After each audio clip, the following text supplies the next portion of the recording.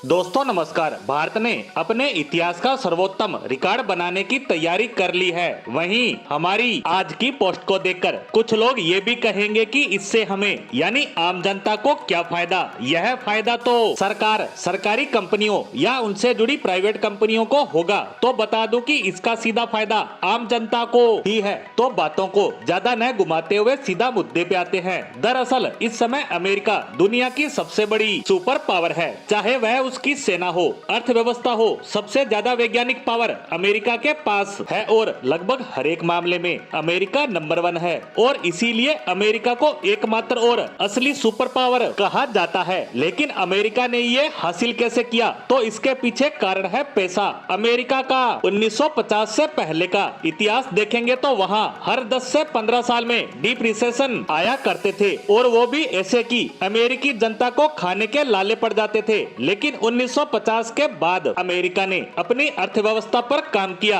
और उसे फार्मूला मिला डॉलर का। उसने अपनी सारी ताकत लगा दी कि इसे मजबूत किया जाए और अब यही डॉलर अमेरिकी पावर की नींव है। लेकिन यह सिर्फ एक कागज का टुकड़ा है। इसके बैकिंग में न तो सोना है और न ही चांदी। और अमेरिका भी यह बात खुलकर कहता है कि हमारा डॉलर सिर्फ कागज का टुकड़ा है और इसकी बैकिंग सोने चांदी की जगह करती है उसकी सेना। अमेरिका कभी वियतनाम से तो कभी इराक से, कभी अफगानिस्तान से तो कभी ईरान के साथ साथ अन्य देशों से युद्ध करता है और इन देशों को बर्बाद करता है। और वह यह सब करता है डॉलर को बचाने के लिए और अपनी डिफेंस इंडस्ट्रीज को बूस्ट देने के लिए। क्योंकि जो लोग कहते हैं कि अमेरिका वियतनाम में हारा, अफगानिस्तान में हारा, तो अमेरिका को इससे कोई फर्क नहीं पड़ा। क्योंकि जिन देशों में अमेरिका घुसा उन्हें वह बर्बाद करके लौटा। क्योंकि अमेरिका के इसके पीछे दो टारगेट होते हैं। पहला तो ये कि ये देश डॉलर के लिए खतरा है और दूसरा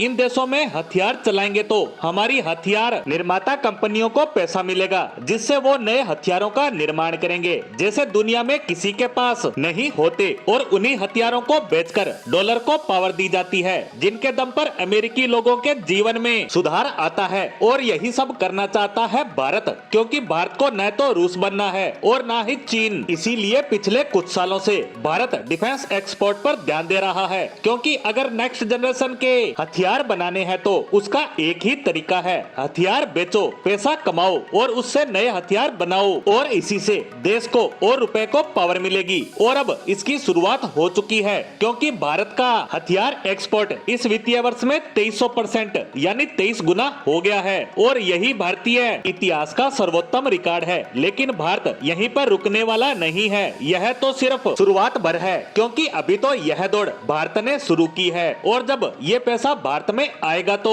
नए जनरेशन के हथियार बनेंगे जिससे भारतीय रुपए के साथ साथ हमारी अर्थव्यवस्था और जनता के जीवन में भी सुधार होता जाएगा। इसी के साथ भारत की इस महत्वपूर्ण उपलब्धि पर हमारी आज की पोस्ट को यहीं विराम देते हैं। धन्यवाद।